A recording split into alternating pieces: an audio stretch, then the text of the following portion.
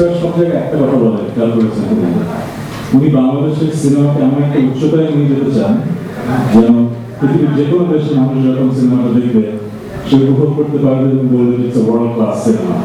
শুনেছি তার কথা। সো আমি কিন্তু একই কারণে এই মার্কে জয়েন করেছি। এই যে গানটা দেখলেন এটি জাস্ট শুরু, খুব শর্ট নোটিস আমরা এই মাসে কাজটা করেছি।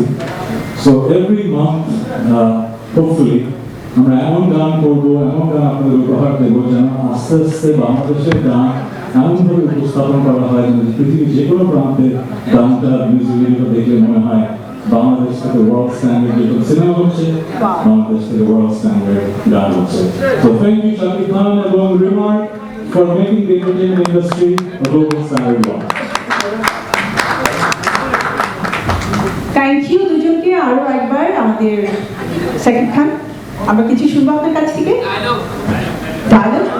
আমি তো মাইক্রোফোন হাতে দিকেই চিন্তা করি নতুন কি আসছে।